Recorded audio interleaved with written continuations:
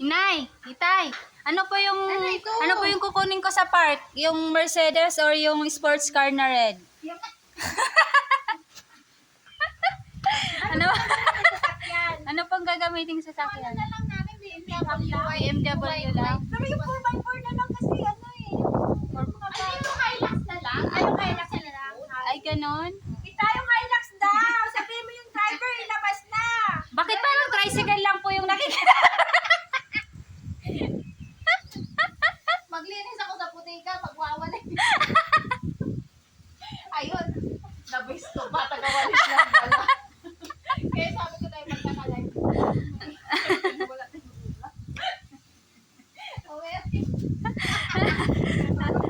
Oo, ngayon yung mga secret na gano'n. Hindi talaga yung mga words. Hindi siya alam.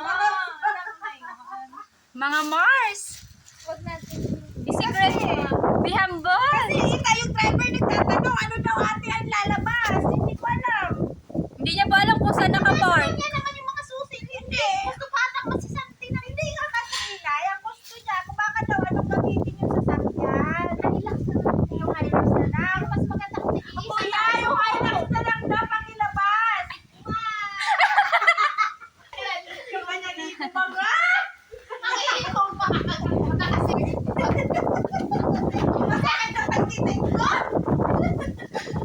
Nakasira yung ikong pa. Mas maganda pa to. Ate Margie, anong sasakyan gusto mo? Ano, aeroplano. Ay, yung susi ng eroplano nasa... Ayun! Ayun sila! Sun rover!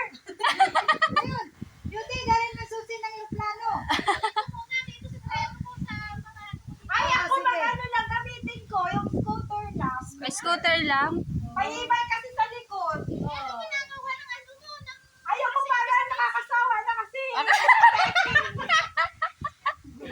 Gusto ko mag-picture, mag-ano naman ako ibay. Nakakasawa pala yun.